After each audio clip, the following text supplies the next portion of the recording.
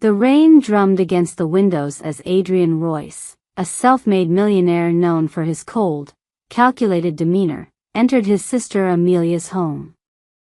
It was supposed to be a brief visit, drop off some gifts for his nieces, exchange a few words, and leave as swiftly as he arrived. But what he saw in that moment stopped him in his tracks, flooding his mind with memories and igniting a fire within him he hadn't felt in years. There, kneeling on the cold, tiled floor, his sister was scrubbing furiously, her eyes red from crying. Her hands, trembling from exhaustion, moved mechanically as if she were desperate to erase something far more profound than dirt. Standing in the doorway, with a cruel sneer and crossed arms, was Thomas, her husband. His brother-in-law. Adrian's gaze darkened. Something inside him snapped, something primal and protective. He had come for a simple visit, but now, he was going to leave everyone in that house horrified by what he was about to do. Title: A millionaire entered his brother-in-law's house and saw his sister crying while cleaning the floor. He left everyone horrified with what he did. Amelia and Adrian Royce had always shared a close bond. Growing up in a poor neighborhood, they relied on each other through the trials and tribulations of their harsh upbringing. Their parents had died in a tragic car accident when they were teenagers, leaving the two siblings to fend for themselves. Adrian, with a fierce determination, had pulled them out of poverty. Through sheer grit and intelligence, he built a fortune in the tech industry, becoming one of the wealthiest entrepreneurs in the country. Yet, despite his wealth and success, he remained grounded, especially when it came to Amelia. She was his heart, the only family he had left, and he adored her. But Amelia's marriage to Thomas had always troubled Adrian. Thomas was a man of charm, but it was the kind of charm that concealed something darker. He had a knack for manipulating people, bending them to his will with ease. When they first married, Adrian gave Thomas the benefit of the doubt, hoping his instincts were wrong. But over the years, he had seen glimpses of Thomas's true nature, controlling, demeaning, and emotionally abusive. Amelia, a once vibrant and confident woman, had become a shadow of her former self. Every time Adrian visited, he noticed subtle signs of her unhappiness, a forced smile, an anxious glance toward her husband, bruises she explained away as accidents. But she never spoke ill of Thomas, always defending him, always making excuses. Adrian tried to help in his own way, offering financial support and urging Amelia to leave if things ever got bad. She always declined, saying she loved Thomas and that he would change. That was until today. The sight of his sister scrubbing the floor in such a broken state, her tears mixing with the soapy water, shattered the thin veneer of normalcy. The house, once filled with the laughter of his nieces and the warmth of family, now felt cold, oppressive, like a prison. Adrian knelt beside Amelia, gently lifting her chin to meet his eyes. "Amelia, what's going on?" She hesitated, her lower lip trembling, her eyes flicking nervously toward Thomas. "It's nothing, Adrian. I'm fine." "Really?" Thomas, still standing in the doorway, let out a low chuckle. "It's nothing, Adrian. Just a little misunderstanding. You know how emotional she can get." Adrian's jaw tightened. He stood up slowly, never breaking eye contact with his brother-in-law. "What did you do to her, Thomas?" Thomas smirked, his eyes glinting with mockery. "You're always so quick to assume the worst. You think money gives you the right to judge my marriage? You don't know anything about us." Amelia stood shakily, her hands twisting the rag she had been using. "Please, Adrian, let's just leave it alone." I don't want to make things worse. But Adrian couldn't let it go. Years of pent-up anger, frustration, and guilt boiled to the surface. He had stood by too long, watched his sister suffer in silence. His fortune may have given him power in the business world, but here, in his sister's life, he had felt powerless. No more. Amelia, pack your things, he said, his voice low but firm. What? Amelia blinked, confusion and fear clouding her expression. Adrian, what are you talking about? You're leaving with me, Adrian replied, stepping between her and Thomas. Tonight. Thomas's face darkened, and he took a menacing step forward. She's not going anywhere, Adrian. This is my house, and she's my wife. You don't get to come in here and make demands. Adrian's eyes burned with a cold fury. I'm not asking for your permission. The room was thick with tension. Amelia looked between the two men, torn between the brother who had always protected her and the husband she had promised to stand by. Her hands trembled as she clutched the rag, her mind spinning. Suddenly, Thomas's mask of calm cracked.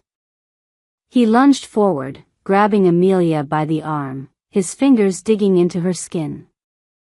You're not leaving, he hissed through clenched teeth. Adrian moved faster than he ever had before. In a flash, he grabbed Thomas by the collar and slammed him against the wall. The sound of the impact echoed through the house, and for a moment, everything was still. Adrian's voice was ice. Don't you dare touch her again. Thomas laughed, though there was fear behind his eyes now. You think you're some kind of hero, don't you?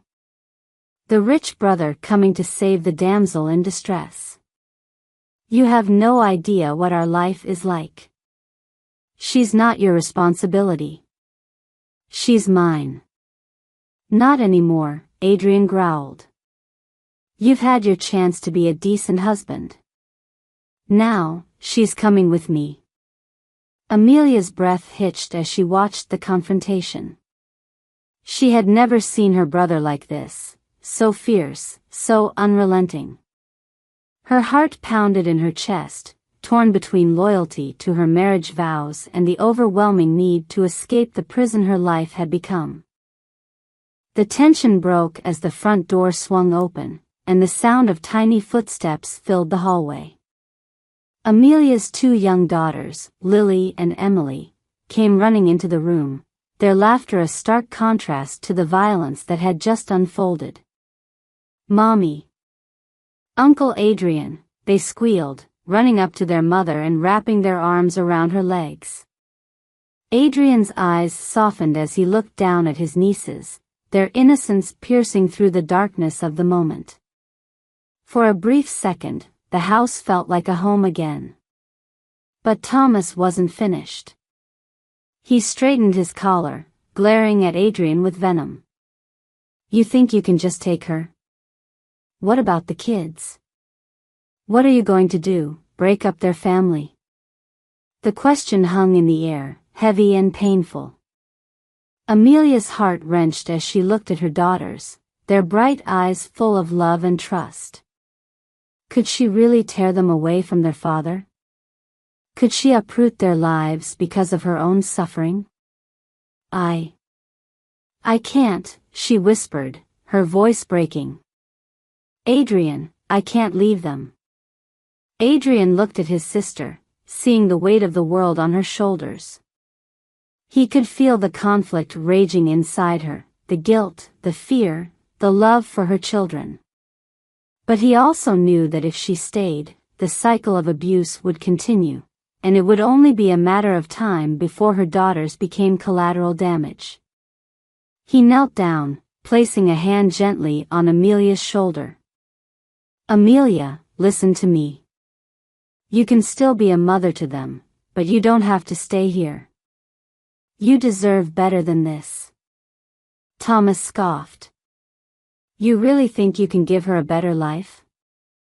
Money doesn't fix everything, Adrian. You'll ruin her.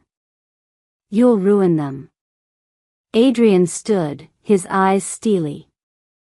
I may not be able to fix everything, but I'll do whatever it takes to protect my family. And that includes making sure they're safe from you. With that, Adrian turned to Amelia once more. We'll figure it out. But you don't have to do this alone anymore. Amelia's eyes filled with tears. She had spent so many years convincing herself that this was her life, that there was no way out. But now, standing between her brother and her husband, she realized something profound. She didn't have to keep sacrificing herself for the sake of an illusion. She could choose to leave. She could choose to be free. It wasn't easy. That night was only the beginning of a long and painful process.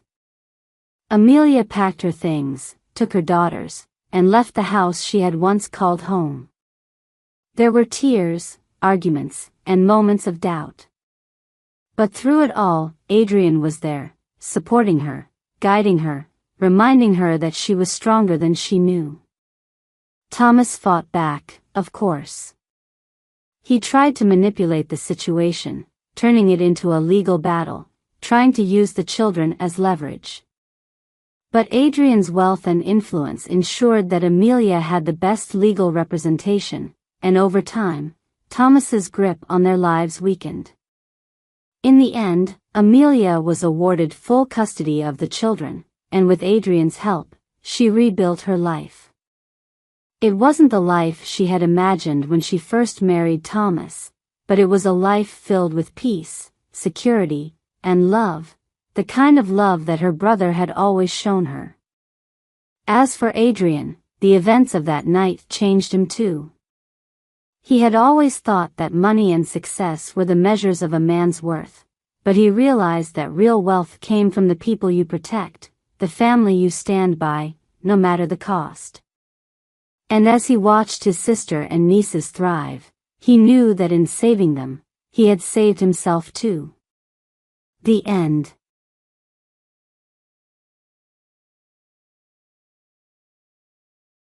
Christmas lights twinkled in the frosty night, and soft carols filled the air, but for 34-year-old Claire Harper, the festive cheer was just another reminder of her loneliness.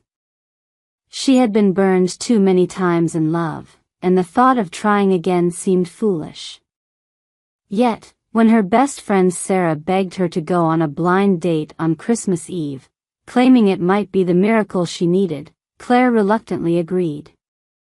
Little did she know, this one decision would change her life forever in ways she could never have imagined. A woman unlucky in love agrees to go on a blind date on Christmas Eve, but when she arrives, she discovers her date is.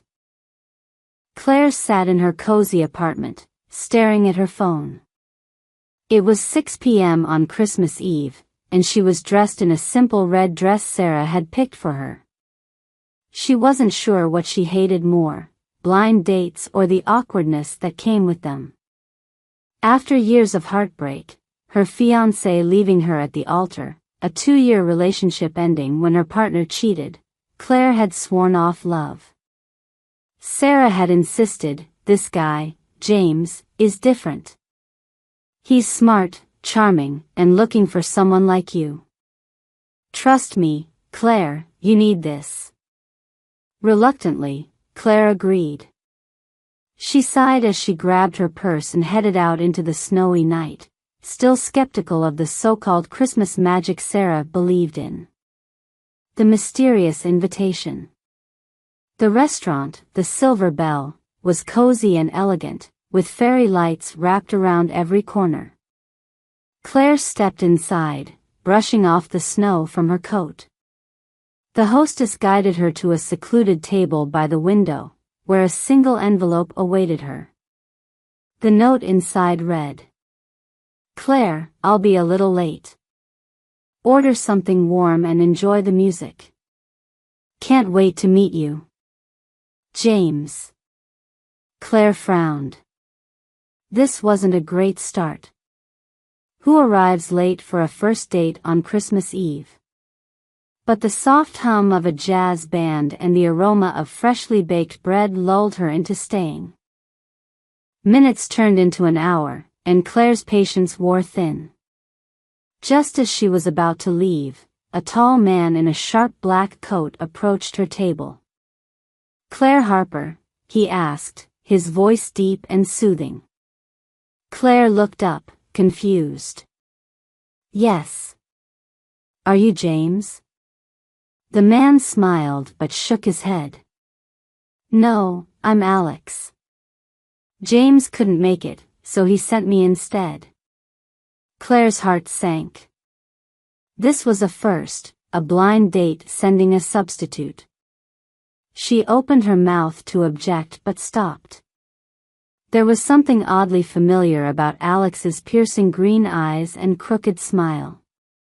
Unfolding the mystery. As the night went on, Alex proved to be delightful company. He was witty, well-read, and seemed to know exactly how to make Claire laugh. Despite her initial annoyance, she found herself enjoying the conversation. "I have to admit," Alex said, leaning closer, "I wasn't expecting someone as charming as you." Claire blushed but quickly shifted the subject. "So, how do you know James?" Alex hesitated.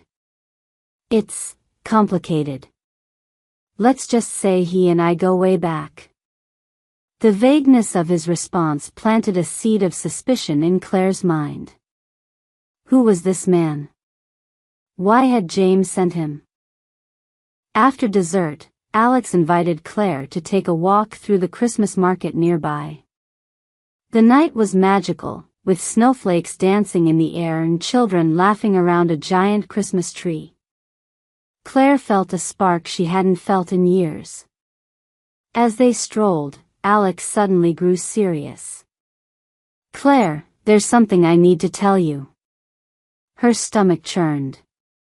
"What is it?" He took a deep breath. "James doesn't exist. He's me. I made up the name because I didn't think you'd agree to meet me otherwise." Claire froze. "Why would you lie about that? Who are you really?" "I'm Alex Carter," he said softly. "Your ex-fiancé's brother." The world seemed to tilt beneath Claire's feet. Memories of her shattered engagement flooded back. Alex had been at the periphery of her life back then, a shadow she never truly noticed.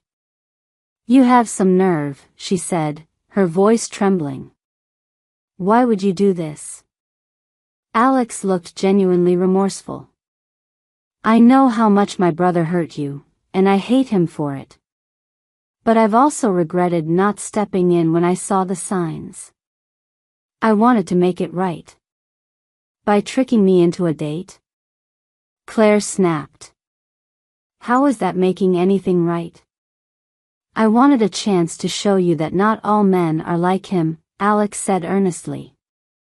"I've cared about you for years, Claire. I just didn't know how to tell you." Claire's emotions were a whirlwind.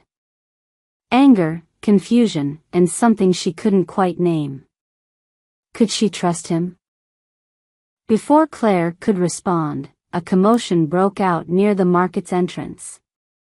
A man in a hooded jacket stormed toward them, yelling Alex's name.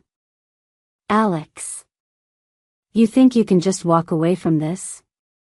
It was Alex's estranged business partner, Daniel, who accused him of betraying their company. As Daniel's voice grew louder, secrets about Alex's troubled past and financial scandals began spilling out, leaving Claire stunned. "Is any of this true?" Claire demanded. Alex looked torn. "Some of it, yes. But it's not what you think." "Why should I believe you?" she asked, her heart sinking. Claire walked away, needing time to process everything. Alex's confession and the drama that followed left her questioning her instincts. On Christmas morning, a knock at her door startled her. She opened it to find Alex holding a small box. "I know I don't deserve your trust," he began. "But I couldn't let Christmas go by without telling you how much you mean to me. This is my mother's bracelet. She always said it should go to someone I truly care about." Tears welled in Claire's eyes. She took the box but said nothing. "I'll wait for you, no matter how long it takes," Alex said before walking away. Months passed. Claire focused on herself, trying to untangle her feelings. Slowly, she realized that despite Alex's flaws and mistakes, he had been honest about his feelings for her. On a sunny spring morning, Claire found herself at a cafe, dialing a number she hadn't used in months. "Alex? Are you free for coffee?" Their story didn't have a perfect ending, but it was a beginning, a chance to build something real, this time with no secrets between them. Years later, Claire and Alex stood hand in hand, watching their daughter place the star on their Christmas tree. The journey hadn't been easy, but it had been worth it. "Do you believe in Christmas miracles now?" Alex teased. Claire smiled. "I believe in second chances." The end.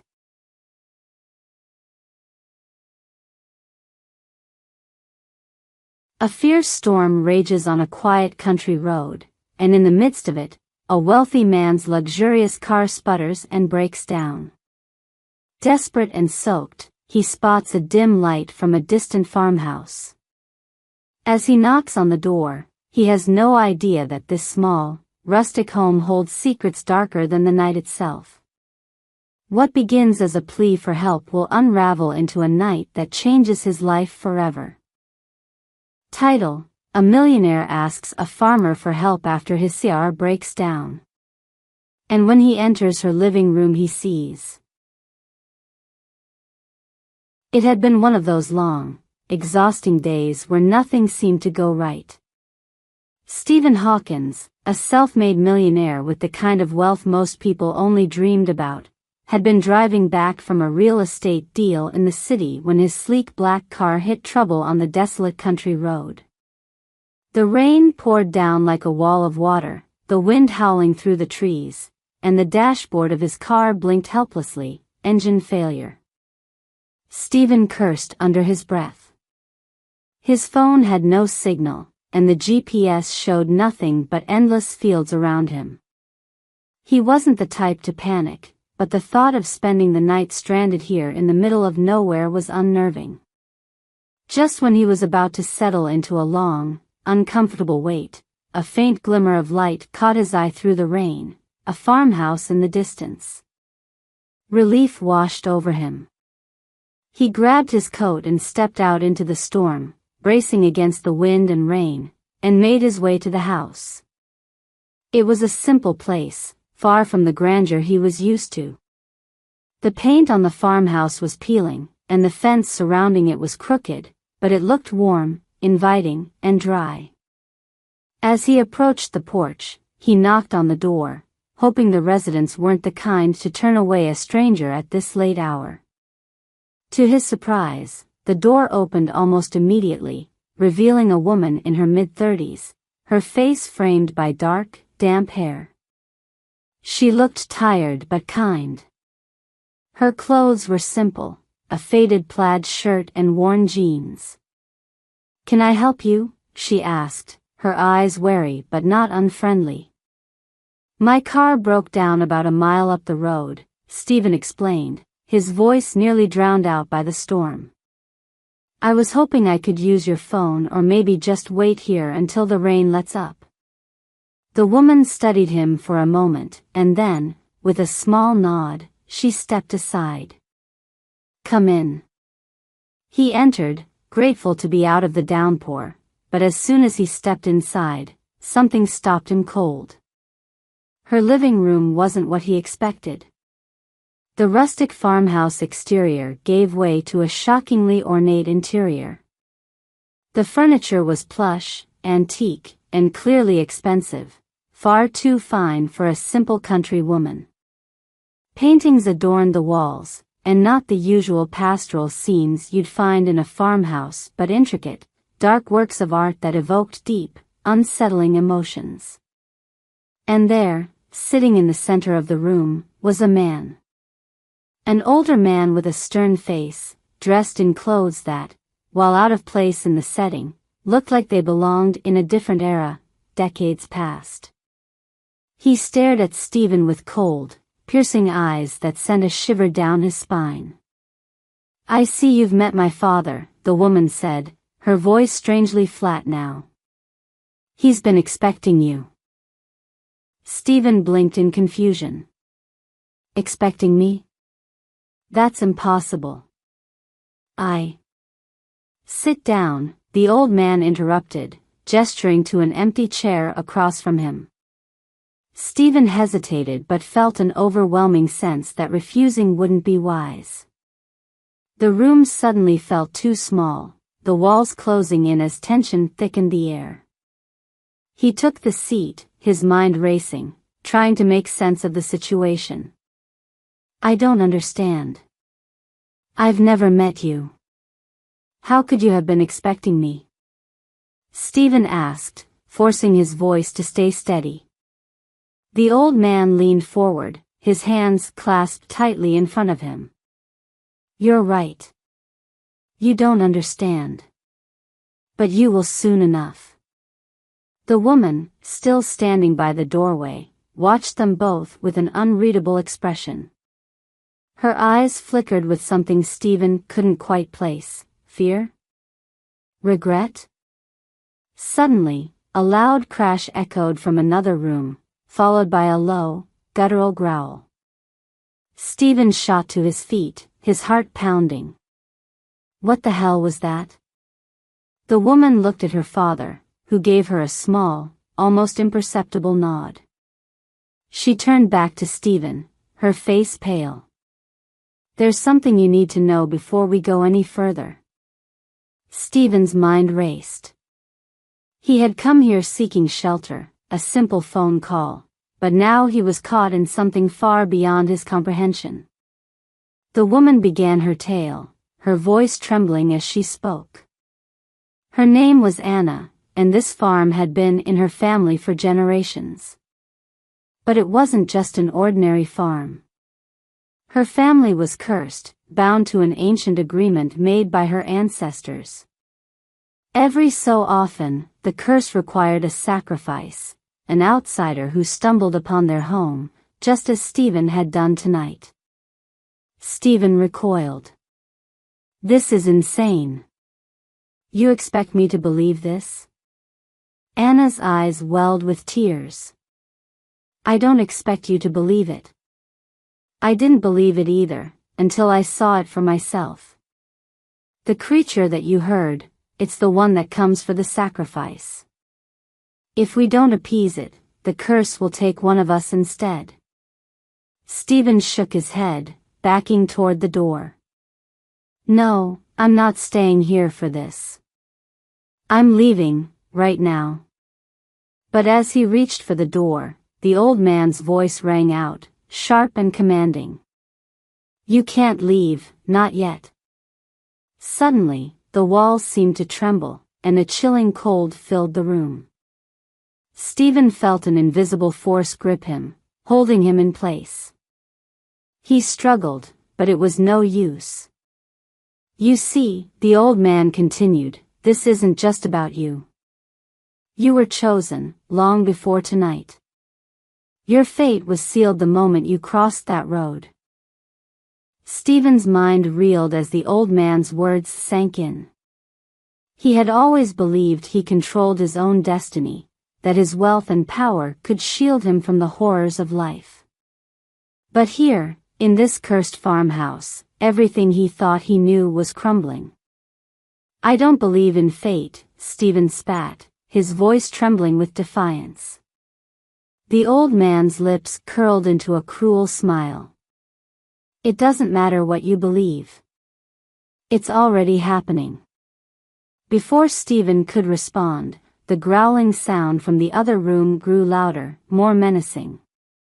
The door creaked open slowly, and a shadowy figure emerged, large, hunched, and grotesque. Its eyes glowed faintly in the dim light, and its body seemed to shimmer with unnatural energy. Anna gasped and stepped back, her hands covering her mouth. Stephen felt his pulse quicken as the creature advanced, its gaze locked onto him. "You have to fight it," Anna whispered desperately. "If you can survive the night, the curse will be broken." "How?" Stephen asked, his voice hoarse with fear. "How do I fight something like that?" The old man stood, his movements slow and deliberate. "You can't fight it with brute force. This creature feeds on fear, on regret, on the darkness within your own soul. The only way to survive is to confront what you fear the most." Stephen's mind flashed with memories he had long buried, his ruthless business deals, the people he had stepped on to get to the top, the relationships he had destroyed in pursuit of power. The guilt and shame he had always pushed aside now surged forward, overwhelming him. The creature drew closer, its eyes gleaming with hunger. Stephen could feel it feeding on his fear, growing stronger with every second. "No," he shouted, backing away. "I won't let you take me." But the creature was relentless, its presence filling the room with a suffocating darkness. Stephen's heart raced as he realized the truth. He couldn't run from this. He couldn't buy his way out of this nightmare. He had to face it head on. "I've made mistakes," he said, his voice trembling. "I've hurt people. But I'm not that man anymore. I can change." The creature hesitated, its eyes narrowing as if considering his words. "I'm not afraid of you," Stephen continued, his voice growing stronger. "I'm not afraid of my past. I've spent too long running from it, but not anymore." The creature let out a low growl, its body quivering as if in pain. Stephen could feel the air around him shift, the oppressive weight of the curse beginning to lift. But then, just as hope began to rise within him, the old man spoke again. "Don't be a fool, Stephen," he said, his voice dripping with malice. "The curse is not so easily broken. You may have faced your fears, but the creature is not bound by your conscience. It wants blood, and it will have it." The room fell silent. Stephen stared at the old man, realization dawning on him. This wasn't just about him. The curse wasn't something he could break by facing his own demons. It was something darker, older, and far more powerful than he had imagined. "Then take me," Stephen said, his voice steady. Anna gasped, her eyes wide with shock. "No. You don't have to do this." But Stephen shook his head. "I can't let anyone else suffer because of me. If this is my fate, then so be it." The creature stepped forward, its eyes gleaming with anticipation. Stephen closed his eyes, bracing himself for the end. But then, just as the creature lunged, a blinding light filled the room. The walls shook, and the creature let out a deafening roar as it was engulfed by the light, its body dissolving into nothingness. When the light faded, the creature was gone. The curse was broken. Stephen opened his eyes, breathing heavily. He turned to Anna, who stood frozen in shock. "It's over," he said softly. Anna shook her head, tears streaming down her face. "No, it's not. The curse may be broken, but the price has been paid." Stephen looked around the room, confused. "What do you mean?" But then he saw it.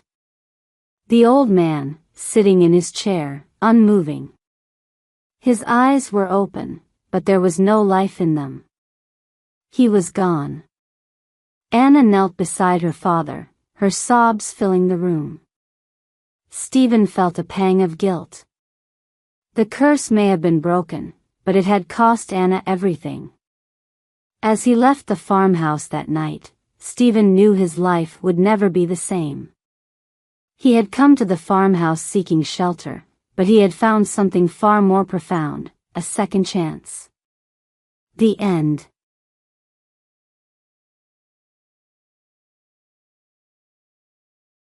Eliza Grace, a self-made millionaire who built her fortune from nothing, is used to navigating the high-stakes world of business. Yet, the most challenging and personal test of her life comes when she decides to meet her fiancé's family, undercover. Believing that they would judge her wealth before knowing her heart, she pretends to be a maid in their household to get an unfiltered glimpse of the people she hopes to call family. Little does she know, this decision will reveal more than she ever anticipated about love, loyalty, and trust. Title: A millionaire pretended to be a maid to meet her fiancé's family. And this is how she was treated. Eliza Grace had never imagined her life would be so charmed. Coming from humble beginnings, she had worked tirelessly to build her business empire. Her intelligence, wit, and relentless work ethic earned her a fortune before the age of 30. But despite her achievements, she was still humble, grounded by the values her mother had instilled in her, values of honesty, integrity, and hard work. Her heart had been closed off for years, wary of people who only wanted her money. That was, until she met Ethan Matthews. Ethan was unlike anyone she had ever known. He was kind, charming, and seemed genuinely uninterested in her financial success. Their love blossomed quickly, and soon, they were engaged. However, there was one part of Ethan's life that remained a mystery to her: his family. Ethan came from a close-knit, traditional family in a small town. He spoke of them fondly, but Eliza noticed his hesitance whenever she brought up the idea of meeting them. He would change the subject or delay their introduction, explaining that his family had certain old-fashioned views about wealth and status. Eliza's curiosity grew. What if his family judged her for her money? What if they couldn't see past the walls of wealth that surrounded her? These fears began to gnaw at her. She loved Ethan, but she needed to know if his family would accept her for who she truly was, not for the millions she had earned. That's when the idea came to her: what if she pretended to be someone else? A maid, perhaps? That way, she could meet them without their preconceived notions about her wealth. She could observe them, learn about their values, and determine if this was the family she wanted to be a part of. She proposed the plan to Ethan. At first, he was hesitant, unsure of how his family would react. But after some convincing, he agreed. He would introduce her to his family as Ellie, a housekeeper looking for work. And so, Eliza prepared to leave behind her life of luxury and step into a role that would test her in ways she never imagined.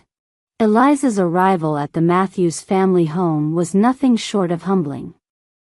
The Matthews family lived in a modest, cozy house in the countryside. Ethan's mother, Margaret, a stern woman in her early 60s, ran the household with precision. She prided herself on keeping things in order, and her sharp tongue kept everyone in line.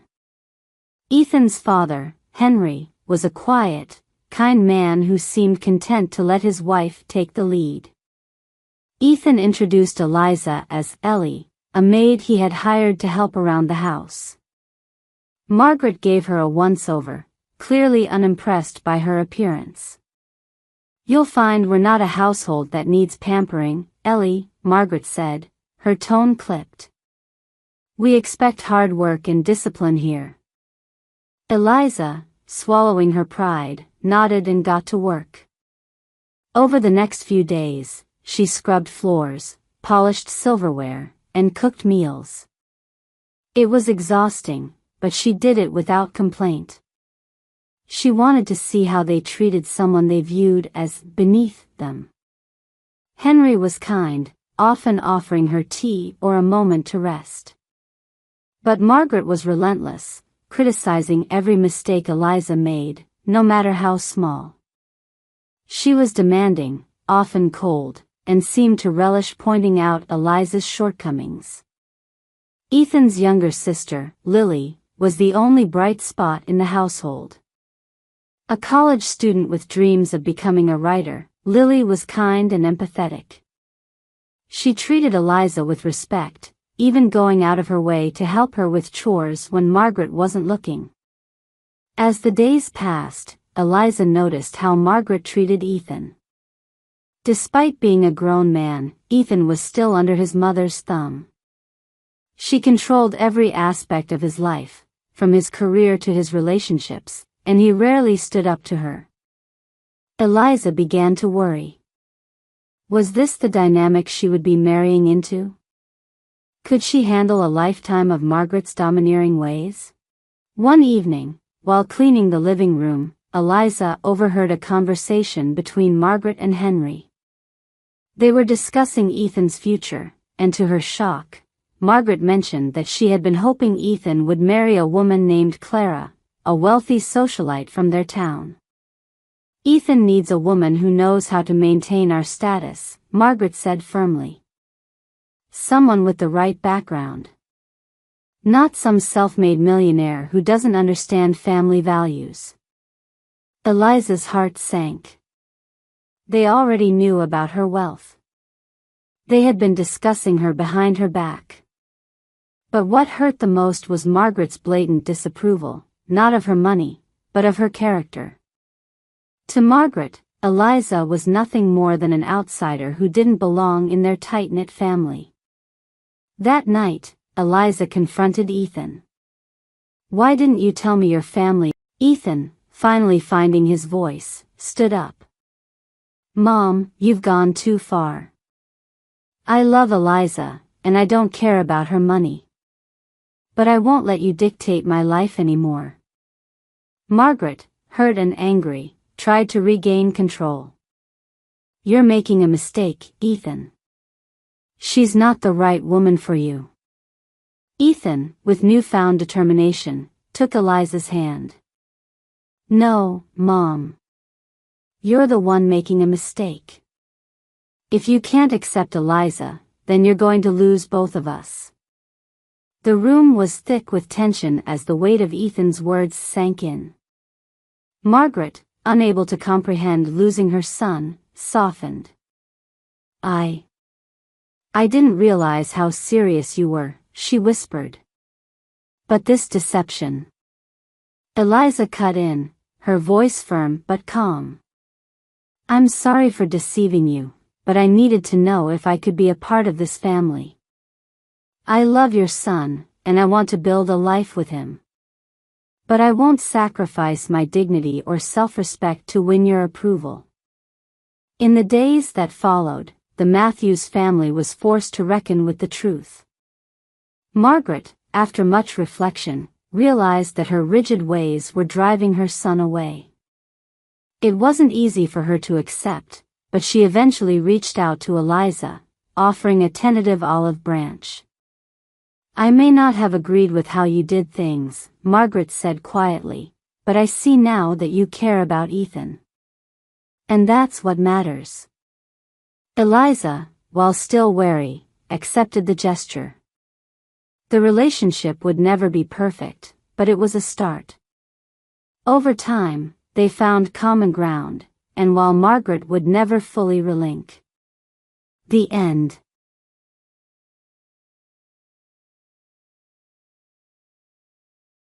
Kyle Donovan was the epitome of success, a self-made millionaire in his early 30s who ran one of the fastest-growing tech companies in San Francisco. His life seemed flawless, a sleek penthouse, a luxury car collection, and invitations to every elite social gathering. But for all his wealth, Kyle's heart was cold, and his trust in people ran thin. He believed everyone had an ulterior motive, especially women. That was until a chance encounter on a rain-soaked street corner flipped his world upside down. Enter Claire Matthews, a homeless woman with nothing but a backpack, a tattered journal, and a fiery determination hidden beneath her worn-out exterior. It was a gloomy Wednesday evening, and Kyle was rushing to meet his business partner, Lucas, at an exclusive downtown restaurant.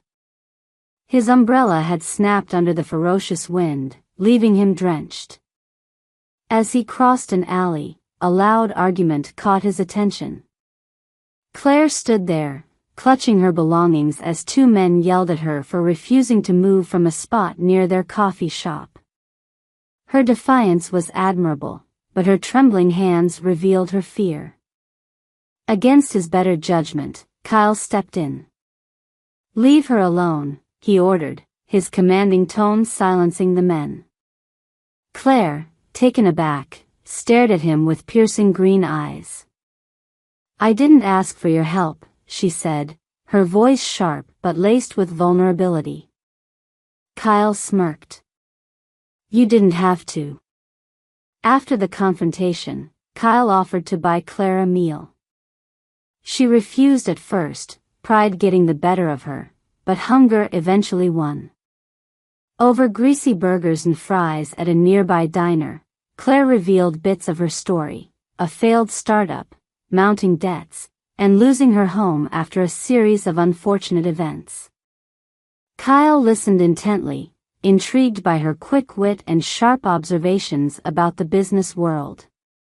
There was a spark in her, a mix of intelligence and grit that reminded him of himself. On a whim, he made an outrageous offer. "Come work for me. I'll give you a place to stay and a chance to get back on your feet." Claire narrowed her eyes. "What's the catch?" Kyle chuckled. "You tell me. You've got nothing to lose." Against her better judgment, Claire accepted. Moving into Kyle's world was jarring for Claire. She traded a park bench for a guest suite that rivaled the size of most apartments. However, the transition wasn't smooth. Kyle was a demanding boss, skeptical of Claire's abilities despite hiring her as an assistant. She worked tirelessly, analyzing market trends and streamlining operations, but her ideas were often dismissed. Claire's breakthrough came during a critical board meeting. When Kyle's pitch for a new product line flopped, Claire boldly stepped in with a revised strategy. The board was skeptical, but her confidence and thorough research won them over. After the meeting, Kyle confronted her.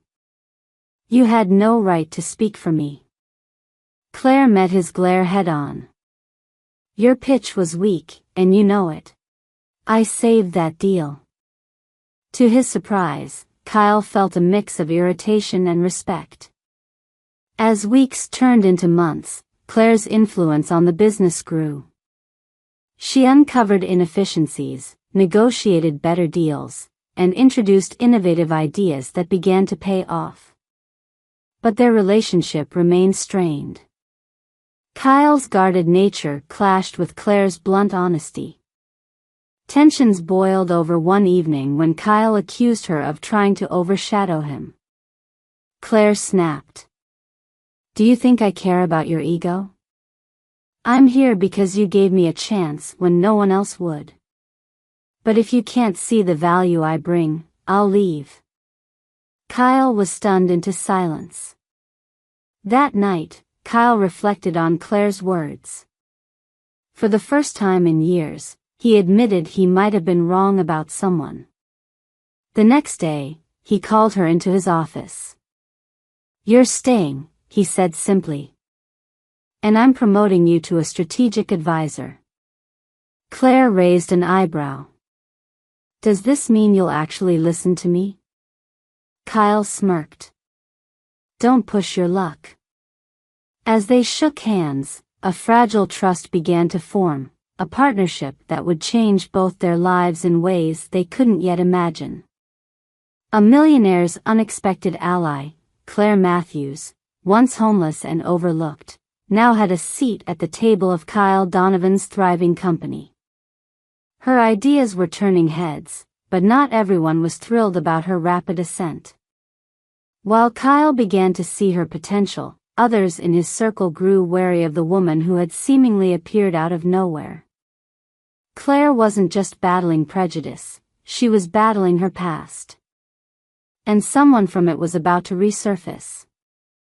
As Kyle's new strategic advisor, Claire immersed herself in the company's operations. Her instincts and unconventional methods yielded results, but not without stirring resentment among the senior staff, particularly Lucas Crane, Kyle's longtime business partner. During a meeting about expanding into a competitive international market, Claire suggested a bold move, cutting ties with their largest but outdated supplier to invest in a promising startup manufacturer. Risky, Lucas said, his voice dripping with skepticism. Too risky for our brand. Claire held her ground. We're losing market share because we're playing it safe. Innovation requires calculated risks. Kyle, to everyone's surprise, sided with Claire. She's right. Let's make the change. Lucas shot Claire a cold glare, one she wouldn't forget. Later that evening, Lucas confronted Kyle. She's dangerous, Lucas warned. We don't know anything about her. What if she's playing you? Kyle waved him off. Claire's sharp. She's helping us grow. But Lucas wasn't convinced. Determined to expose her, he hired a private investigator to dig into Claire's past. Claire had no idea her past was under scrutiny. But while working late one night, she received a call from a blocked number. The voice on the other end sent chills down her spine. Claire, it's Dylan. Remember me? Dylan Cole, her former business partner and the man responsible for the collapse of her startup, was back. He demanded a meeting, threatening to reveal secrets that could ruin her reputation if she didn't comply. Panicked but resolute, Claire met Dylan in a dimly lit diner. You've come up in the world, Dylan sneered. But we both know you wouldn't be here if it weren't for my help. You sabotaged me, Claire shot back, her voice trembling with anger. You forged documents and left me to take the fall. Dylan smirked. Details. But I'm willing to let bygones be bygones, for a price. Claire realized he wanted money, but she refused to let him manipulate her again. Do what you have to. I'm not afraid of you anymore. The next day, Kyle noticed Claire was unusually quiet. During a strategy session, she missed several key points, which was unlike her. After the meeting, he confronted her in his office. What's going on with you? He demanded. Claire hesitated, torn between keeping her troubles to herself and confiding in him. Finally, she said, someone from my past is trying to blackmail me. Kyle's jaw tightened. Who? It doesn't matter, she said quickly. I can handle it. Kyle leaned back in his chair, studying her.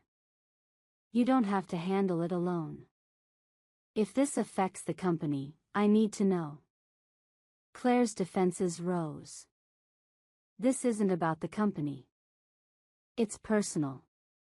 The tension between them was palpable, but before either could say more, Lucas barged in. We've got a problem. He tossed a file onto Kyle's desk. Inside were photos of Claire meeting Dylan at the diner. Care to explain this? Lucas asked, his tone accusatory. Claire's heart sank. The photos painted a damning picture, but Claire refused to back down. She told Kyle and Lucas the truth about Dylan and his threats. Kyle's expression darkened as he absorbed her words. "Why didn't you tell me sooner?" "Because I knew how it would look," Claire admitted. "And because I didn't want my past to jeopardize everything I've worked for here." Lucas, however, wasn't convinced. "This is exactly why she doesn't belong here.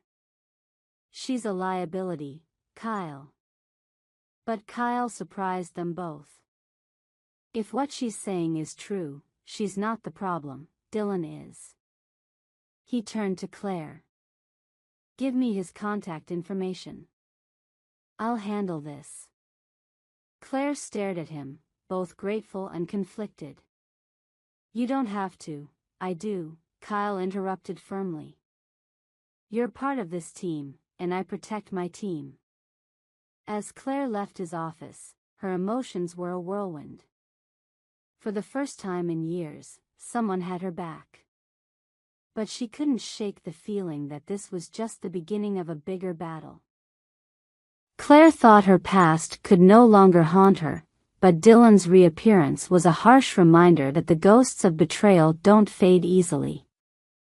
Kyle's unexpected decision to intervene left her conflicted, grateful for his support yet worried it would only drag him into her storm. Meanwhile, Lucas Crane wasn't ready to let the matter rest. His distrust of Claire grew, and he secretly devised a plan to remove her from Kyle's company for good. But what no one anticipated was that Dylan's motives went deeper than blackmail. Kyle wasted no time arranging a meeting with Dylan. In a private lounge at an upscale hotel, Kyle entered with his usual commanding presence. Dylan, confident in his leverage, greeted him with a smug smile. "I assume Claire's told you all about me," Dylan began, swirling a glass of whiskey. Kyle didn't waste words. "I know you're blackmailing her. Name your price, and then disappear." Dylan chuckled. "You think it's that simple? Claire owes me a lot more than money. And maybe you should wonder why she hasn't told you the whole story." Kyle's gaze hardened. "What are you implying?" Dylan leaned forward. "She wasn't just my partner. We were close. And when things fell apart, she didn't exactly come clean about her own role in it." Kyle refused to bite. "You're lying." "Maybe," Dylan said with a shrug. "But the truth has a funny way of coming out." Back at the office, Kyle's conversation with Dylan lingered in his mind. Though he wanted to trust Claire, the possibility of her withholding details nagged at him. Claire noticed the shift in his demeanor immediately. He was more curt, avoiding eye contact during meetings and keeping their interactions strictly professional. Unable to bear the tension, Claire confronted him one evening. "Did you meet Dylan?" she asked directly. Kyle nodded. "I did. He says there's more to your story than you've told me." Claire froze. "And you believe him?" "I don't know what to believe," Kyle admitted. "You've been honest about some things, but if there's anything else I need to know, now's the time." Her chest tightened with anger and hurt. "I've told you everything that matters. If you're going to start doubting me now, maybe Lucas was right. I don't belong here." Kyle's jaw tightened, but he said nothing, letting her walk out of the office. As the rift between Kyle and Claire grew, Lucas seized the opportunity to strike. He leaked the photos of Claire and Dylan to the media, framing it as a secret deal that could tarnish the company's reputation. The fallout was immediate. Headlines like "Kyle Donovan's right hand, a fraud with a shady past," dominated the news cycle. Investors began to panic, and Kyle's team scrambled to control the narrative. Claire was blindsided. "You think I leaked this?" she demanded when Kyle summoned her to his office. Kyle shook his head. "No. But someone's using your past to hurt us. Lucas entered, feigning concern. The board's asking for her resignation, Kyle asked. If we don't act, the damage could be irreversible. Claire glared at Lucas. You did this, didn't you? Lucas smirked. Prove it. Kyle raised a hand to silence them. Enough. I need time to think. Claire stormed out, feeling defeated. She packed her things, prepared to walk away for good. But as she stepped outside, a flash of cameras greeted her. Reporters bombarded her with questions about Dylan and her alleged schemes. Kyle watched from his office window, torn between his responsibilities to the company and his instincts to protect Claire. Finally, he made a decision. He called a press conference the next morning. Standing before a sea of reporters, Kyle addressed the scandal head-on. Claire Matthews is not a fraud, he began, his voice firm. She's an integral part of this company's success, and I stand by her. The reporters buzzed with questions, but Kyle wasn't finished. The person behind this smear campaign isn't Claire, it's someone trying to sabotage us. And I intend to find out who. Backstage, Claire watched in disbelief. For the first time, she saw Kyle's unwavering trust in her, despite everything. With Kyle's public defense buying them time, Claire and Kyle worked together to trace the leak. Their investigation led them back to Lucas, whose connection to the private investigator was uncovered. When confronted, Lucas denied everything. I was trying to protect the company. Claire is a risk, and you know it. Kyle didn't hesitate. Pack your things. You're done here. Lucas's face turned red with fury. You'll regret this, Kyle. She'll ruin you. As security escorted Lucas out, Kyle turned to Claire. I should have trusted you from the start. Claire smiled faintly. I'm not perfect, Kyle. But I'm not your enemy. Kyle extended a hand. Then let's finish what we started, together. As they shook hands, the weight of the past began to lift. But both knew the road ahead would be anything but smooth. A Millionaire's unexpected ally, with Lucas exposed and expelled, the storm seemed to settle at Kyle Donovan's company. But the scars of betrayal ran deep, and Claire Matthews wasn't ready to let her guard down just yet. Meanwhile, Dylan Cole wasn't finished with his games. Humiliated by Kyle's intervention and desperate for revenge, Dylan escalated his threats, determined to destroy both Claire and the company she was now deeply invested in. This time, the stakes would test Claire and Kyle's fragile alliance like never before. Kyle and Claire worked tirelessly to repair the company's damaged reputation. Investors were reassured, and the media frenzy around Claire began to die down, thanks to Kyle's public defense. But Claire couldn't shake the feeling that her position was still precarious. One evening, as they reviewed reports in Kyle's office, she hesitated before speaking. Why did you stand by me? She asked quietly. Kyle looked up, surprised. Because I believe in you. And because you've proven you deserve to be here.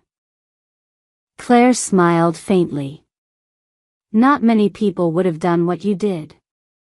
Thank you. Kyle gave her a small nod. Just don't make me regret it. Unbeknownst to them, Dylan had been busy.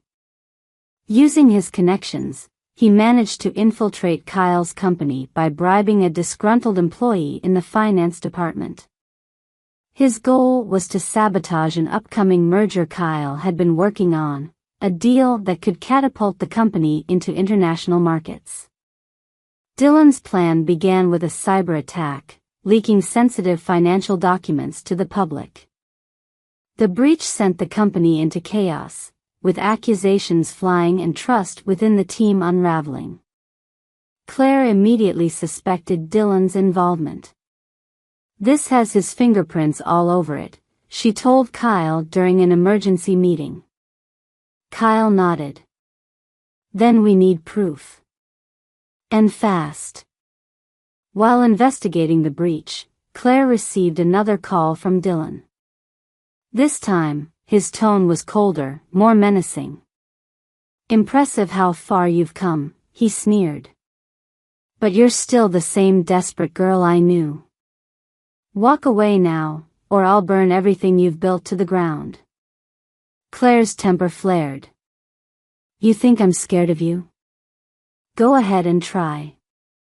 But Dylan had one last card to play. "It's not just about you anymore, Claire.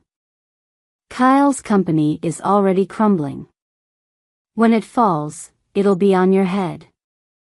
Shaken but determined, Claire decided to confront Dylan directly.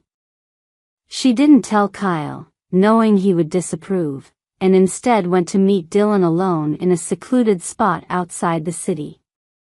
Dylan was waiting for her, smug as ever. "I knew you'd come," he said. "Still playing the hero, huh?" Claire crossed her arms. "What do you want?" Dylan leaned back, his smile fading. "Revenge. Kyle humiliated me, and you ruined my life. Now, I want both of you to feel what it's like to lose everything." "You're pathetic," Claire snapped. "You had a chance to build something real, and you threw it away. That's on you, not me." But Dylan wasn't done. He revealed he'd planted false evidence that linked Claire to the cyber attack. "When Kyle finds out, do you think he'll defend you again?" Claire's heart raced. If Dylan succeeded, she'd lose everything she'd worked for, and Kyle's trust. Unbeknownst to Claire, Kyle had been tracking her phone. When she didn't return his calls, he became suspicious and traced her location. Arriving just in time, he overheard Dylan's threats and stepped in. "Enough," Kyle said, his voice cold and firm. Dylan turned, startled. "Well, if it isn't the knight in shining armor." Kyle ignored him and focused on Claire. "Are you okay?"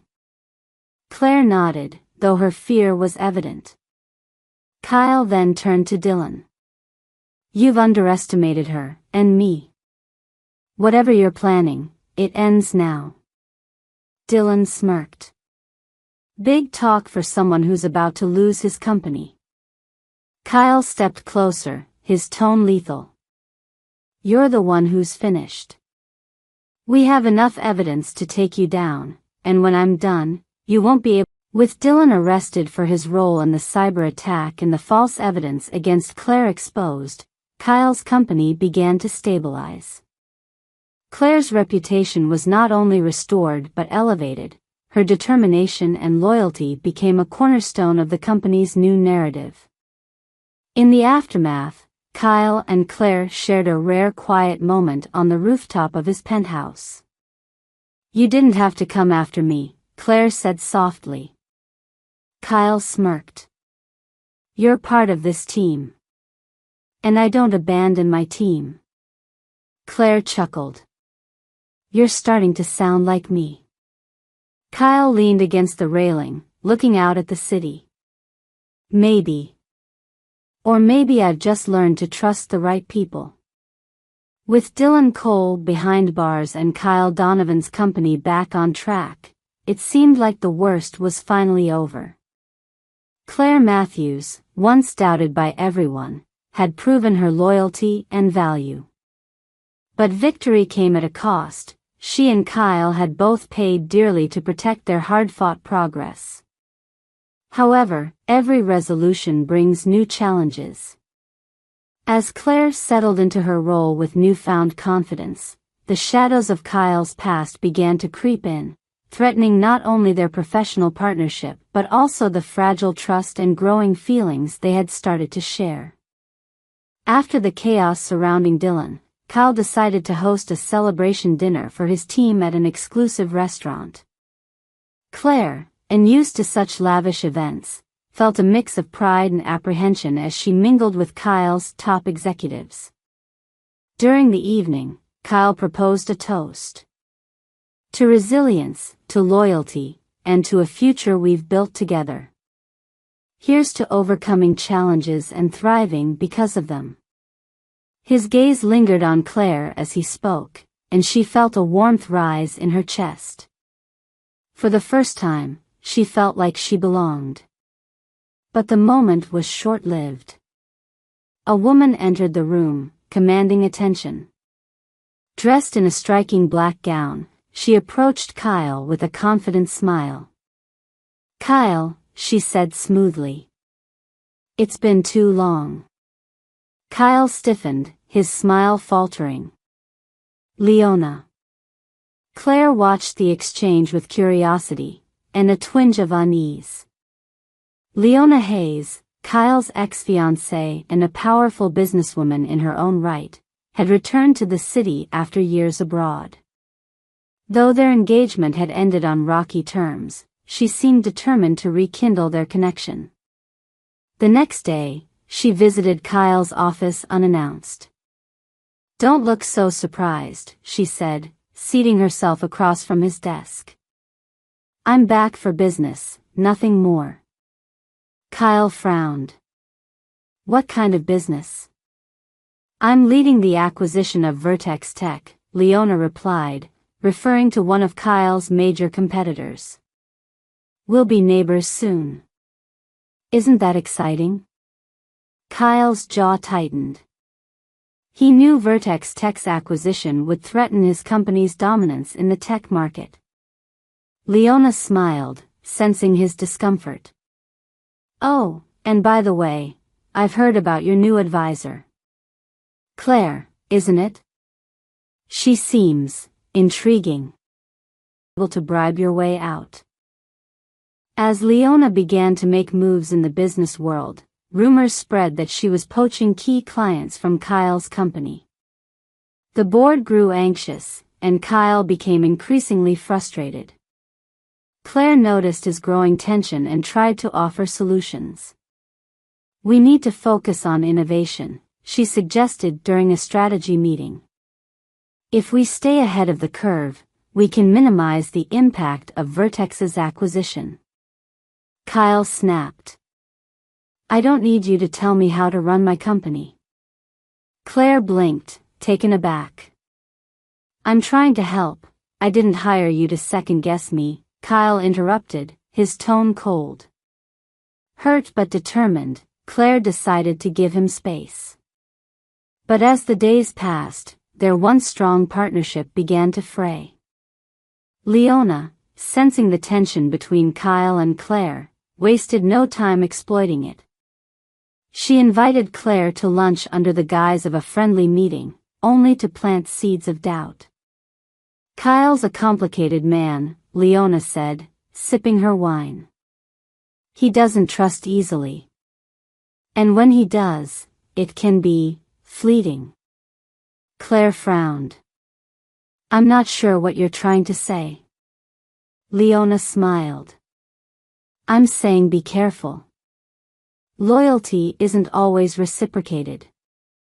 Though Claire tried to brush off Leona's words, they lingered in her mind. One evening, Claire found Kyle in his office, staring at a photo of him and Leona from years ago. He looked up as she entered, his expression unreadable. "Why didn't you tell me about Leona's plans earlier?" Claire asked, her voice calm but firm. Kyle sighed. "Because it's personal." Claire crossed her arms. "This isn't just about you, Kyle. It's about the company. If we don't face this together, we'll lose everything we've built." Kyle hesitated before finally nodding. "You're right. I've been shutting you out, and that's on me. Claire stepped closer. Then let me help. You don't have to face her alone. With renewed determination, Kyle and Claire devised a plan to counter Leona's moves. They focused on strengthening client relationships and launching a groundbreaking product line ahead of schedule. At the product launch event, Kyle publicly credited Claire for her contributions.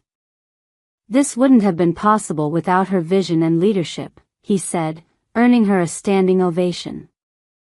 Leona, watching from the sidelines, gave Claire a small, grudging nod. For now, she would retreat, but the battle was far from over. As the evening wound down, Kyle and Claire found themselves alone on the balcony. You're not just an advisor, Claire, Kyle said softly. You're my partner. And I trust you. Claire smiled, her heart swelling with pride. We've come a long way, haven't we? Kyle nodded. And we're just getting started. Claire Matthews and Kyle Donovan had finally regained their footing after weathering personal and professional storms. But just as they were beginning to see the fruits of their hard work, Leona Hayes, Kyle's shrewd ex-fiancée, was far from defeated. Determined to regain dominance in the tech market, Leona set her sights on dismantling Kyle's company and Claire's role within it. As the stakes rose, Claire found herself not only battling a formidable rival but also navigating her own feelings for Kyle, feelings that grew harder to suppress with every shared victory. In this episode, alliances are tested, secrets are revealed, and a single misstep could mean disaster. Leona's acquisition of Vertex Tech wasn't just about business, it was personal. She resented Kyle's success and the growing presence of Claire in his life. Using her newfound resources, Leona hired a team to dig into Claire's past, hoping to unearth a scandal that could ruin her credibility. Meanwhile, at Donovan Enterprises, Claire was spearheading a bold initiative to revolutionize their client engagement strategy. Kyle was impressed by her ideas, but he couldn't help noticing the strain she was under. You've been working late every night, Kyle said during a meeting. Don't burn yourself out. Claire smiled faintly. I'm fine. This is important. Kyle hesitated. If it's about proving yourself, you don't have to. You've already earned your place here. Claire's heart warmed at his words, but she pushed aside the emotions bubbling beneath the surface. Let's just focus on beating Leona. Leona's investigation bore fruit. She discovered a piece of Claire's past that Claire had deliberately buried. Years ago, during her time on the streets, Claire had been arrested for a minor theft. Though the charges were dropped, the incident painted a picture Leona could manipulate. She leaked the story to the media, spinning it as proof that Claire was unfit to hold a high-ranking position at Donovan Enterprises. Headlines like, Kyle Donovan's trusted advisor, a criminal past uncovered, began circulating, and social media exploded with speculation. Kyle's board members demanded a response. This is a PR nightmare, one of them argued during an emergency meeting. We can't afford to have her here. Kyle stood his ground. Claire's past has no bearing on her ability to do her job. She's staying. But the pressure mounted as clients began questioning their association with the company. Claire, humiliated and furious, confronted Kyle. You're losing clients because of me, she said, her voice tight with emotion. Maybe the board is right. I should step down. Kyle's expression hardened. You're not going anywhere. This is exactly what Leona wants, to divide us. I won't let her win. Claire's resolve wavered. Why are you so sure I'm worth all this trouble? Kyle met her gaze. Because I've seen who you are, Claire. You're stronger than anyone I know. And I'm not about to let your past define your future. His words bolstered her, but she knew the fight was far from over. Determined to turn the tide, Claire and Kyle devised a plan to not only counter the scandal but also expose Leona's underhanded tactics. They arranged for a televised interview where Claire would tell her story on her own terms. Sitting across from a well-known journalist, Claire spoke candidly about her past. Yes, I made mistakes, she admitted. But I've worked hard to rebuild my life and prove that I'm more than my worst moments. Kyle Donovan gave me a chance, and I'll keep earning that chance every day. The interview garnered widespread support, with many applauding her honesty and resilience. Public sentiment began to shift, and Leona's smear campaign lost traction. As Claire and Kyle celebrated their small victory, a new revelation surfaced. A whistleblower from Vertex Tech came forward with evidence that Leona had been engaging in illegal practices to secure her acquisitions. Kyle and Claire wasted no time presenting the evidence to the authorities. Leona was publicly disgraced, her empire crumbling as investigations began. When Leona confronted Kyle one last time, she was a shadow of her former self. "You think you've won?" she spat. Kyle's expression was cold. "No, Leona. I think I've done what you never could. I built something worth fighting for." With Leona out of the picture, Kyle and Claire turned their focus back to the company. The ordeal had strengthened their partnership, but it also brought them closer on a personal level. One evening, as they reviewed plans for an upcoming project, Kyle hesitated before speaking. "You've changed everything for me," he said softly. Claire looked up, surprised. "What do you mean?" Kyle smiled. "You've shown me what loyalty and determination look like. And you've made me realize I don't want to face the future without you." Claire's heart raced, but she smiled. "Then let's build that future together." As they shared a quiet moment, the city skyline stretching out before them, it was clear that this was just the beginning of their story. With Leona Hayes defeated and Kyle Donovan's company on solid footing once again, the storm seemed to subside. Claire Matthews, once underestimated, had solidified her role not just as a trusted advisor but also as a key partner in Kyle's life, both professionally and personally.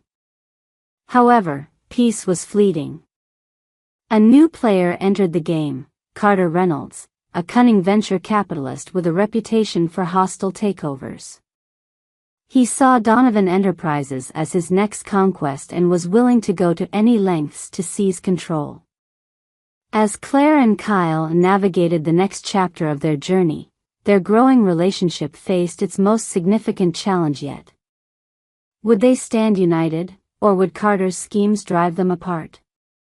The opening scene finds Claire and Kyle enjoying a rare moment of calm. Kyle invited Claire to a charity gala, where they mingled with city elites. As they danced, Claire couldn't help but smile. "You're surprisingly good at this," she teased. Kyle smirked. "Surprisingly?" "Fine, you're impressive," she admitted, laughing. Their light-hearted moment was interrupted when Carter Reynolds approached them, his sharp suit and confident demeanor commanding attention. "Kyle Donovan," Carter said, extending a hand. "I've heard so much about you." Kyle's expression tightened. "Carter. To what do I owe the pleasure?" Carter's smile didn't reach his eyes. "Just exploring new opportunities. You know how it is." Kyle knew exactly what that meant, and his jaw clenched. The next day, News broke that Carter had purchased a significant number of Donovan Enterprises shares, though not enough for control. It was a clear signal that he intended to take over. In the boardroom, Kyle's team was in a frenzy. "He's positioning himself for a hostile takeover," one executive warned. Claire leaned forward, her mind racing. "We need to rally shareholder support and prove our long-term strategy. If we show stability and growth, they'll resist his offer." Kyle nodded. "Start preparing the materials. I'll reach out to key stakeholders personally." Carter wasn't just targeting the company, he was targeting Claire. He began spreading rumors among the board members, suggesting she was influencing Kyle's decisions for personal gain. The tension boiled over during a heated meeting. "You've let her get too close," one board member accused Kyle. "This is why Carter is gaining ground." Claire spoke up. "I've done nothing but work to strengthen this company. If you want to question my loyalty, go ahead, but don't mistake my dedication for weakness." After the meeting, Kyle found Claire in her office, visibly upset. "You don't have to fight them alone," he said gently. Claire turned to him, her voice firm. "I don't want you to defend me, Kyle. I want to prove myself." Kyle hesitated. "You don't have to prove anything to me." But Claire couldn't shake the feeling that her presence was making Kyle's fight against Carter even harder. Carter's next move was more personal. He approached Claire privately, offering her a lucrative position at his firm. "You're too smart to waste your talents here," Carter said smoothly. "Kyle's company is a sinking ship, and you deserve better." Claire glared at him. "I know what you're trying to do, and it won't work." Carter chuckled. "You're loyal, I'll give you that. But loyalty doesn't pay the bills when a company collapses." Claire walked away, more determined than ever to help Kyle stop Carter. Claire proposed an innovative solution to outmaneuver Carter, launching a groundbreaking initiative that would not only attract new investors but also reaffirm shareholder confidence. "It's risky," Kyle admitted during a late-night brainstorming session. "But it's worth it," Claire countered. "We need to show everyone that we're stronger together, and that Carter doesn't stand a chance." Kyle smiled, his admiration for her evident. "You always seem to know exactly what we need." At the next shareholders' meeting, Kyle and Claire presented their vision for the company's future. Claire spoke passionately, sharing how her unconventional background gave her a unique perspective on innovation and resilience. Her authenticity resonated, and the shareholders voted overwhelmingly to reject Carter's bid. Carter, humiliated, stormed out of the room. Before leaving, he warned Kyle, "This isn't over." Later that evening, Kyle and Claire celebrated their victory over dinner. "You saved this company," Kyle said, raising his glass. Claire shook her head. "We saved it together." Kyle reached across the table, taking her hand. "I've been thinking a lot about us, about what we've built. I don't just trust you, Claire. I care about you. More than I've ever admitted." Claire's breath caught, but she smiled. "I care about you too, Kyle. But if we're going to do this, we need to be honest, with each other and with ourselves." Kyle nodded. "No more secrets. Just us." As they toasted to their new chapter, the future looked brighter than ever, but they both knew more challenges lay ahead. With Carter Reynolds defeated and Donovan Enterprises securing its place in the market, Kyle Donovan and Claire Matthews seemed poised to start a new chapter. Their growing personal connection gave them strength, but the business world had a way of testing even the strongest bonds. A new crisis emerges when a mysterious cyber attack threatens to dismantle everything Kyle and Claire have built. As secrets are exposed and loyalties are tested, Claire finds herself caught between her dark past and the brighter future she's trying to build. Donovan Enterprises headquarters was abuzz with excitement over the successful launch of their new product line. Claire and Kyle barely had a moment to breathe when the entire office was plunged into chaos. Emails stopped working. Servers crashed. Customers began reporting breaches in their accounts. Kyle stormed into the IT department. "What's going on?" "We've been hacked," the lead technician said grimly. "And it's bad. They've encrypted our entire system and are demanding a ransom to release it." Claire's stomach sank. "How much are they asking for?" $5 million, the technician replied. "And if we don't pay, they'll leak sensitive company and client information." Kyle and Claire convened an emergency meeting. "This has Carter Reynolds written all over it," Kyle said, his tone sharp.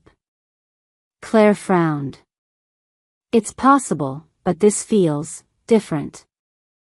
We need to find out who's behind it before we make any moves." They hired a top cybersecurity team to trace the source of the attack. Meanwhile, Claire began digging into company records, searching for any internal vulnerabilities. During her investigation, Claire uncovered a chilling clue. An old alias of hers had been used to breach the system. Her heart raced as she realized what it meant. The hacker was someone from her past, a man named Jack Calloway. Years ago, Jack had been a part of the same underground network Claire had turned to for survival during her time on the streets. She thought she'd left that world behind, but Jack had clearly resurfaced, and he wasn't just after money, he wanted revenge. Claire hesitated before telling Kyle. "There's something you need to know," she said quietly. Kyle looked at her, his brow furrowed. "What is it?" Claire explained everything, her connection to Jack, their shared history, and how he might be using her past against her. Kyle was stunned but quickly masked his emotions. "Why didn't you tell me about this before?" "I didn't think it would matter," Claire admitted, her voice shaking. "I didn't want to drag you into it." Kyle's expression softened. "You should have trusted me. But we'll handle this together." Jack contacted Claire directly, sending her a cryptic message. "You owe me, Claire. Meet me alone, or I'll destroy everything you care about." Claire knew it was a trap but felt she had no choice. Without telling Kyle, she agreed to meet Jack in a secluded warehouse. When she arrived, Jack greeted her with a sly grin. "You've done well for yourself," he said, circling her like a predator. "But you forgot where you came from." Claire stood her ground. "What do you want, Jack?" "I want my share," he said, his voice cold. $5 million, or I'll burn Donovan Enterprises to the ground." Unbeknownst to Claire, Kyle had tracked her location and arrived moments later with a private security team. Kyle stormed into the warehouse, his face a mix of anger and determination. "Let her go," he demanded. Jack smirked. "Ah, the knight in shining armor. You're too late, Donovan." The tension escalated as Jack's men appeared, blocking the exits. But Kyle's security team was prepared, and a standoff ensued. In the chaos, Claire managed to grab Jack's laptop, hoping to find evidence that would clear her name and stop the attack. Kyle's team subdued Jack's men, and the police arrived to take Jack into custody. Before being dragged away, Jack sneered at Claire. "This isn't over. You'll never escape your past." Claire handed the laptop to the cybersecurity team, who quickly decrypted the files and neutralized the attack. Back at the office, Kyle and Claire sat together, exhausted but relieved. "You took a huge risk going there alone," Kyle said, his voice tinged with frustration. "I didn't want you to get hurt because of my mistakes," Claire replied. Kyle shook his head. "You're not in this alone anymore, Claire. We're a team." Claire met his gaze, her eyes glistening. "Thank you for standing by me." Kyle smiled. "Always." As the company recovered from the attack, Kyle and Claire's bond grew stronger. They knew the road ahead wouldn't be easy, but they were ready to face whatever challenges came their way, together. After overcoming countless challenges, Kyle Donovan and Claire Matthews believed they had weathered the worst storms. But the final chapter of their journey presents their greatest test yet. The fallout from Jack Calloway's cyber attack left Donovan Enterprises vulnerable, and while the company was on the mend, a deeper betrayal threatened to shatter everything. Claire's past, once a source of strength, now resurfaces in an unexpected way, forcing her to confront the ghosts she thought she'd left behind. In this gripping conclusion, Kyle and Claire must decide if their partnership is strong enough to withstand betrayal, heartbreak, and sacrifice. The episode opens with Kyle and Claire returning to work after the cyber attack. Though the company was back on track, tensions simmered among the board members, investors, and even employees. Kyle stood before his executive team, addressing the aftermath. "We've faced worse," he said confidently. "We'll rebuild, stronger than ever. But we need to remain united." Claire watched him, her admiration for his leadership growing. She knew they'd come far, but she couldn't shake the feeling that another storm was brewing. As the company rebuilt, strange anomalies began appearing in their systems again.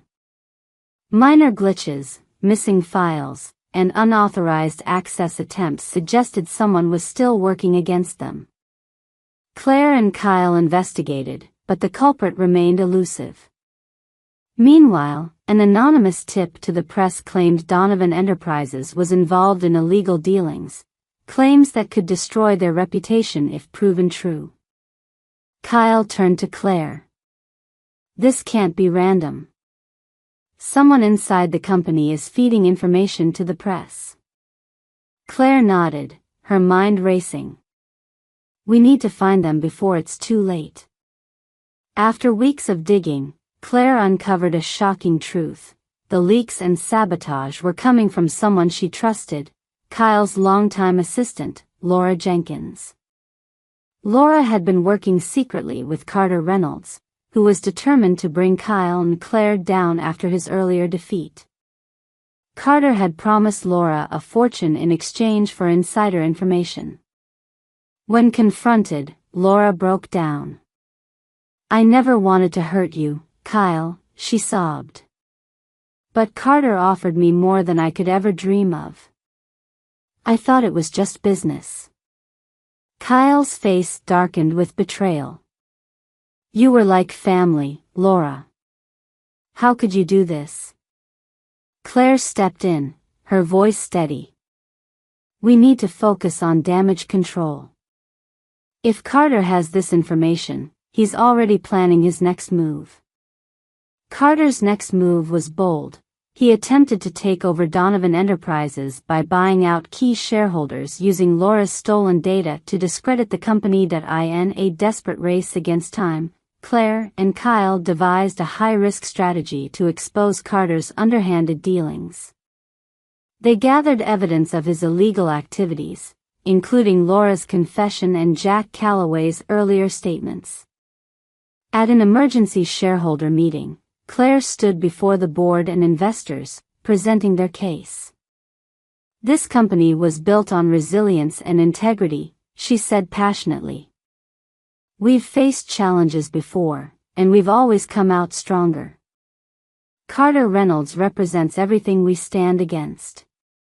If you give in to him, you're not just giving up on Donovan Enterprises, you're giving up on its future. Kyle joined her, his voice firm. We won't back down. Not now, not ever.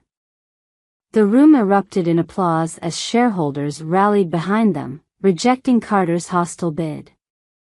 With their support secured, Kyle and Claire handed over their evidence to federal authorities, who launched an investigation into Carter's illegal activities. Carter was arrested for fraud, embezzlement, and conspiracy. As he was led away in handcuffs, he glared at Kyle and Claire. You think this is the end? He sneered. You'll never be rid of me. Kyle's response was calm but resolute. This is the end for you, Carter. We're just getting started. With Carter defeated and Laura facing legal consequences, Kyle and Claire turned their focus to rebuilding trust within the company. They implemented new security measures, strengthened their leadership team, and worked tirelessly to restore their reputation. Claire also took a moment to confront her past.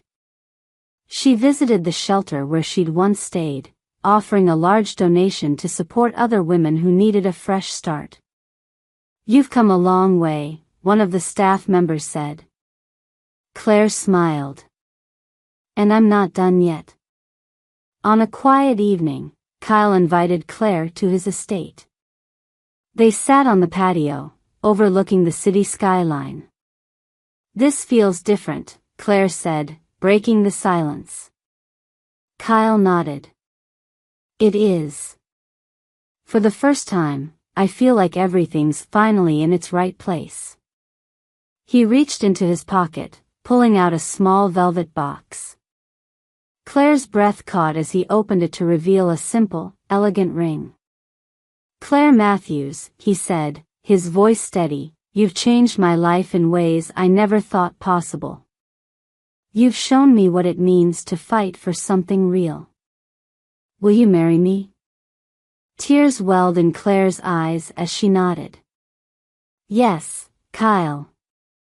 1,000 times yes. They embraced, their journey coming full circle. From a chance encounter to a partnership forged in fire, their story was one of resilience, love, and redemption. The series ends with a glimpse of their future, Kyle and Claire, side by side, leading Donovan Enterprises into a brighter era. Their bond, stronger than ever, promised that no challenge would be too great to overcome. Sometimes, life gives you a second chance. It's up to you to take it, and make it count. Ryan Caldwell, a young and wealthy heir to a vast family fortune, had lived a life of privilege. Always accustomed to having things his way, he enjoyed playing pranks on his friends for fun. But when a chance encounter with a homeless girl leads to an impulsive joke, his world is turned upside down in ways he could never have anticipated. A joke about her being his fiancée takes an unexpected twist, especially when his mother's reaction reveals a shocking truth from the past. Little did Ryan know that his joke would unravel dark family secrets, and the consequences would be far more tragic than anything he could have imagined. Title: A wealthy young man jokingly invited a homeless girl to meet his parents as his fiancée. But as they walked into the restaurant, his mother turned pale with shock. The day had started out just like any other for Ryan Caldwell. He had just finished an early morning meeting with his father at Caldwell Enterprises, his family's multinational corporation. Sitting in his sleek, luxury car, Ryan looked at himself in the rearview mirror, running a hand through his perfectly styled hair. Despite his success, there was a certain restlessness in his heart, a boredom that came from having everything handed to him.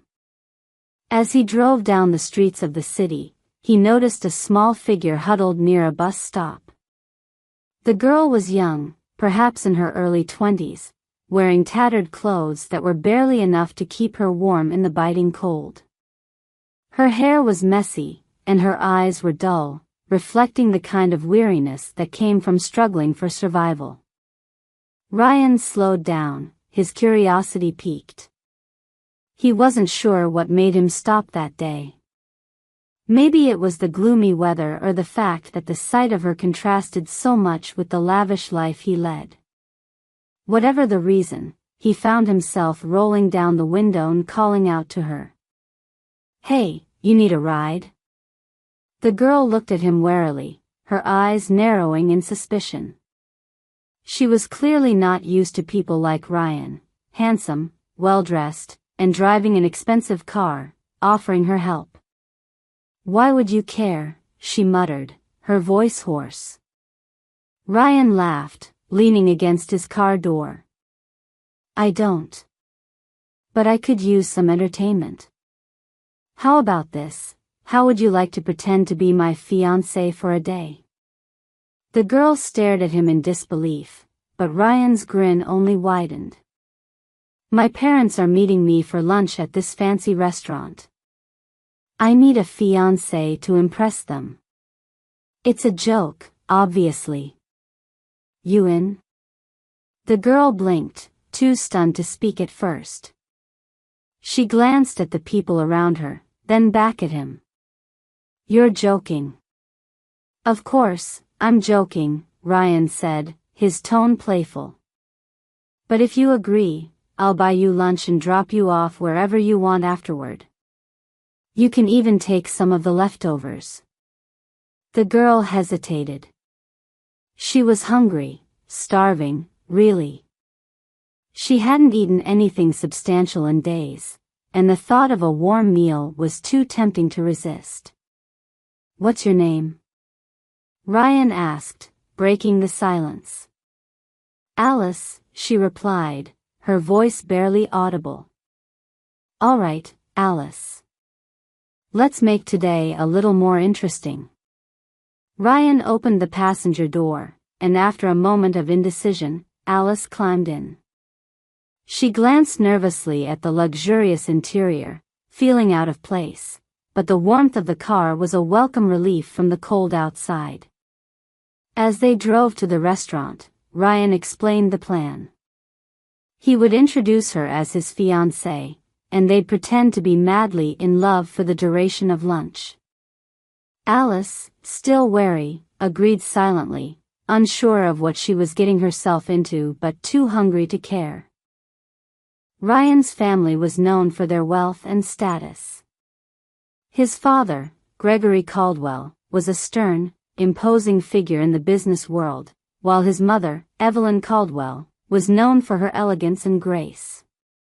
They had high expectations for their only son, and Ryan had lived his life knowing he would inherit not only the family fortune but also the responsibility of maintaining their reputation. Ryan had grown up in luxury, attending private schools, vacationing in exclusive destinations, and mingling with the city's elite. But despite all of this, Ryan often felt disconnected from his family.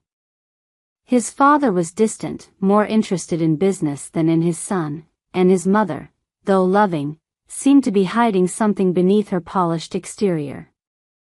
Alice, on the other hand, had lived a life Ryan couldn't begin to imagine. She had grown up in foster care, moving from one home to another. Life had been unkind to her, and she had been on her own since she was 18. The streets had become her home, and survival was a daily struggle. The idea of pretending to be someone's fiancé, especially someone like Ryan, felt absurd, but for a meal and a moment of warmth, she was willing to play along. As they approached the restaurant, Alice's stomach churned with a mix of anxiety and hunger. Ryan's light-hearted attitude did nothing to calm her nerves, but she reminded herself that this was temporary. Just a meal, and she could go back to her life. Ryan parked the car, and they entered the high-end restaurant, where his parents were already waiting at a table near the window. As they approached, Ryan's mother, Evelyn, turned to greet them. The moment her eyes landed on Alice, she froze. Evelyn's face drained of color, her normally composed expression crumbling into one of sheer shock. Her hand trembled as she gripped the edge of the table, her breath hitching in her throat.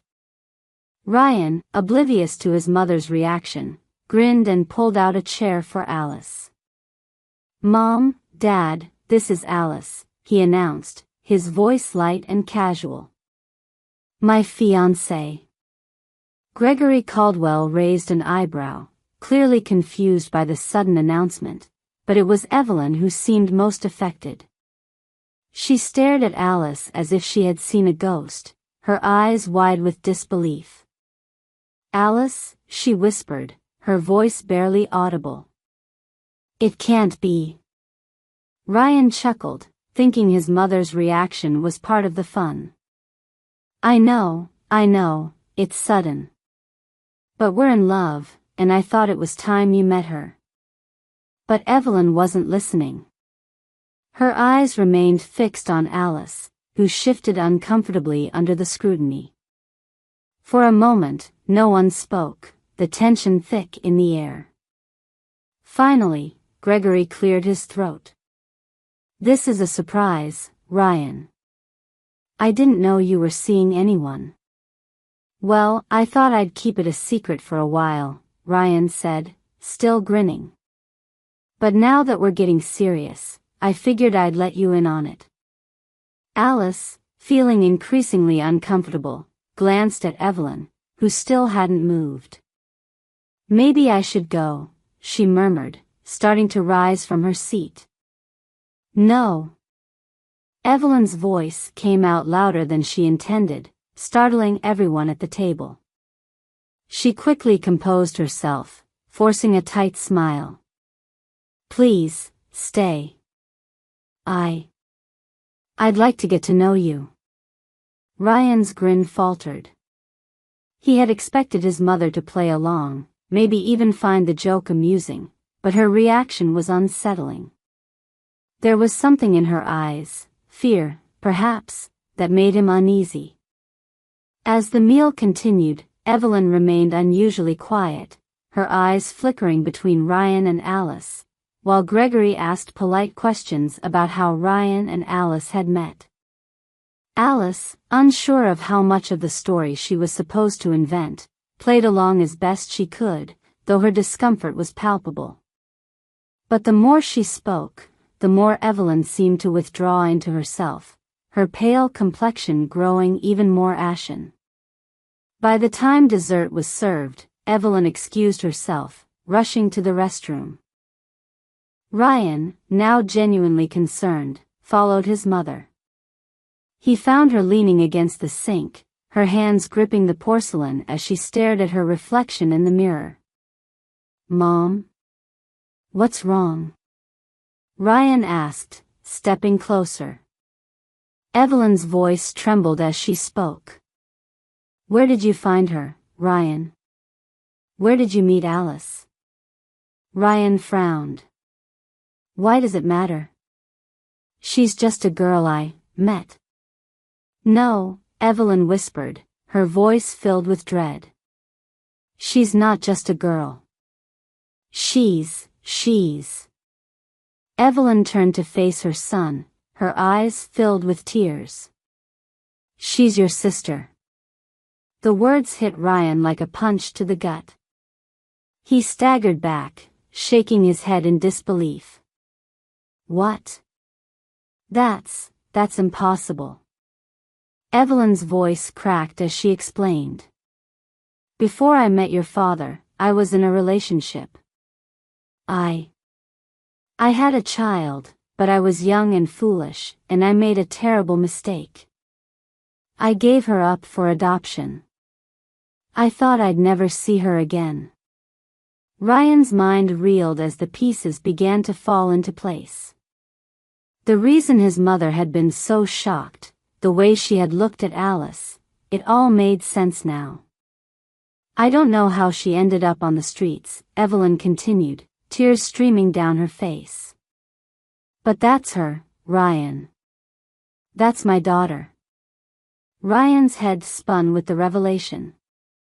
This was supposed to be a joke, a harmless prank to pass the time. But now, everything had changed. Alice wasn't just some random girl. She was his sister, and she had no idea. How could you not tell me? Ryan asked, his voice filled with anger and disbelief. I didn't think I'd ever see her again, Evelyn sobbed. I never wanted to burden you with this. But now. Ryan's heart raced as he struggled to process the information. He thought back to the way Alice had looked at the restaurant, the way she had seemed so out of place, so vulnerable. She was his sister, and he had unknowingly dragged her into this cruel joke. I have to tell her, Ryan muttered, turning to leave. No. Evelyn grabbed his arm, her voice pleading. Please, Ryan, don't tell her. Not yet. She's been through so much already. Let me figure out how to handle this. Ryan hesitated, torn between his anger and his compassion for Alice. He had to tell her the truth, but he also didn't want to cause her more pain. He nodded reluctantly, agreeing to keep the secret for now. Back at the table, Alice sat in uncomfortable silence with Gregory, who was making awkward attempts at small talk. When Ryan and Evelyn returned, the tension in the air was palpable. Ryan couldn't bring himself to look Alice in the eye, his guilt weighing heavily on him.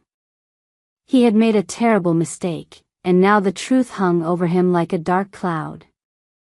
As they finished the meal, Evelyn insisted on paying for Alice's meal and even offered to drive her home. Alice, still oblivious to the true reason for Evelyn's strange behavior, accepted the offer, though she remained cautious.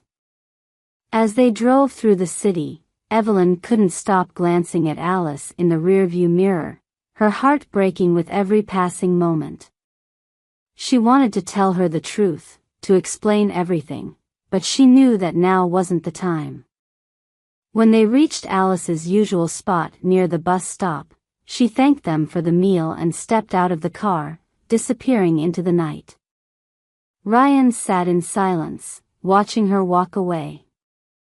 The joke had taken a turn he never could have predicted, and now, he was left with the weight of the truth.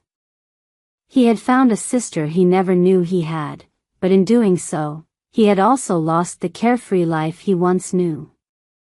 As the car pulled away, Ryan knew that this was just the beginning of a complicated and painful journey. Secrets from the past had resurfaced, and they would soon change everything: his life, his family, and his relationship with the sister he had unwittingly found. In the weeks that followed, Ryan and Evelyn struggled with how to approach Alice. They couldn't simply leave her on the streets, but they also couldn't reveal the truth without causing her unimaginable pain. Ryan began visiting Alice in secret, bringing her food and money, though he never told her who he really was.